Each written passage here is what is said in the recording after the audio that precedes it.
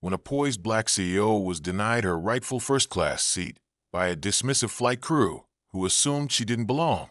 They had no idea who they were talking to. 5 minutes later, the flight turned turbulent, but not because of the weather. The real storm was sitting in row 3A.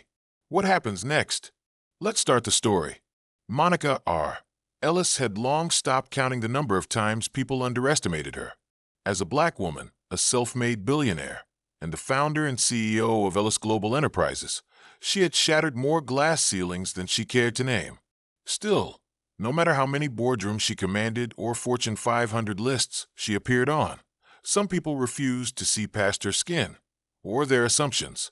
But Monica had never been one to fight for recognition. She fought for results. She fought with power, strategy, and an ironclad understanding of exactly who she was.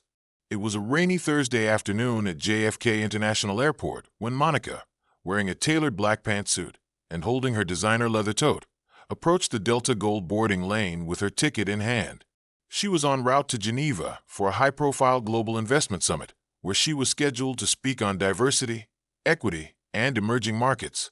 She'd booked a first-class ticket, as always, not for the prestige, but for the space, the quiet, and the comfort it allowed her to work while flying. As she neared the gate, a flight attendant, a young blonde woman named Kelly, intercepted her with a tight smile and an extended hand. "Hi, ma'am. I think you might be in the wrong line. Coach is over there." Her voice was saccharine but condescending, her eyes briefly flicking to Monica's face, then her shoes. Monica raised an eyebrow. "I'm in the right place," she replied calmly, handing over her boarding pass without further explanation. Kelly scanned it. Her expression faltered slightly. "Oh," she said. "Well, just one moment." She turned and whispered something to the head purser, a stern-looking man named Greg, who quickly joined the interaction.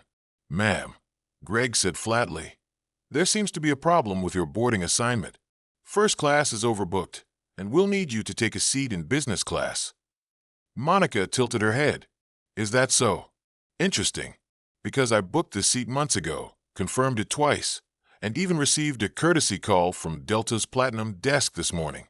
You didn't bump anyone else from first class, I assume?" Greg cleared his throat. "We make seating decisions at our discretion," he replied, tone clipped. "Please don't make this difficult." "Difficult," Monica repeated. "All I'm asking is that you honor the ticket I purchased." Another attendant began boarding other passengers, mostly white businessmen in suits and two elderly couples. Monica stood still, calm and composed, while the staff actively ignored her presence. Kelly leaned in again. "Maybe next time, book through a travel agent or go through the VIP line," she said, as if offering helpful advice. "Sometimes these things get mixed up."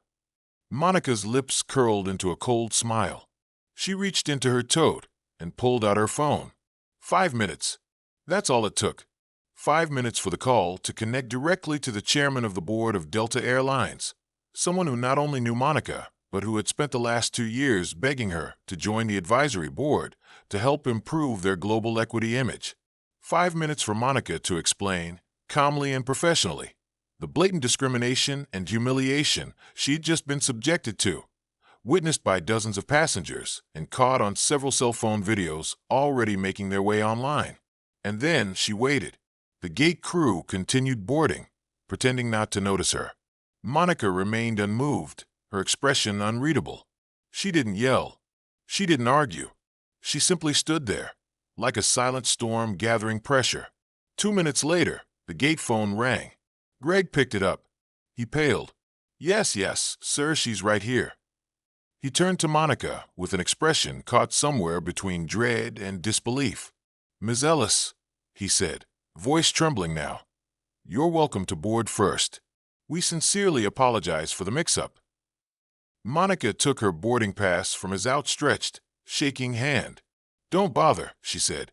"This flight is no longer necessary."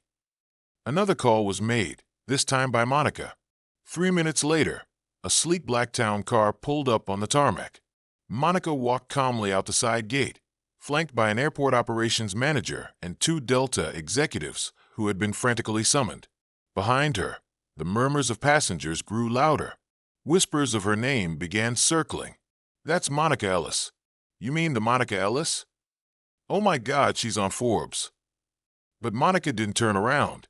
She sat in the back seat, pulled out her iPad, and began drafting an email that would reshape more than just that flight. That night, Delta issued a formal apology, publicly, but Monica declined to accept it until deeper changes were made. In the weeks that followed, the fallout was swift. The flight crew involved in the incident, including Greg and Kelly, were terminated, not simply for their treatment of Monica, but for a documented pattern of discriminatory behavior that came to light after Monica's legal team initiated a full audit of the airline's internal complaint files. Monica didn't stop there. She spearheaded a task force funded by her own foundation, the Elevate Initiative, to train airline staff across multiple carriers in bias awareness and cultural competency. Soon after, she finally agreed to join Delta's Global Equity Board, but on her terms. And her first motion? Mandate a zero-tolerance policy for discriminatory boarding practices. Monica didn't need a first-class seat to feel powerful. She was power, but this time, she decided to use that seat as a throne and to show the world what happens when you try to strip dignity from the wrong woman. Months later, on a stage in Geneva, she told the story, not out of spite, but as a lesson. I wasn't angry, she said. I was aware. There's a difference. I knew what they saw when they looked at me. But more importantly, I knew what they didn't see. My story, my value, my voice. So I made them see it. And I didn't do it by shouting. I did it by leading. The room erupted in applause. Back home, a little girl named Aaliyah, who'd watched Monica on the news with her mother, told her class she wanted to be a CEO someday. Not because she wanted to be rich, but because she wanted to stand up for herself, just like Monica did.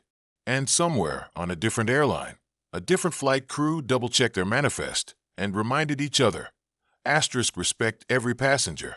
You never know who's changing the world, asterisk. Would you like a version of this written as a dramatic short film script, new style narrative, or expanded into a novel with backstory and legal intrigue?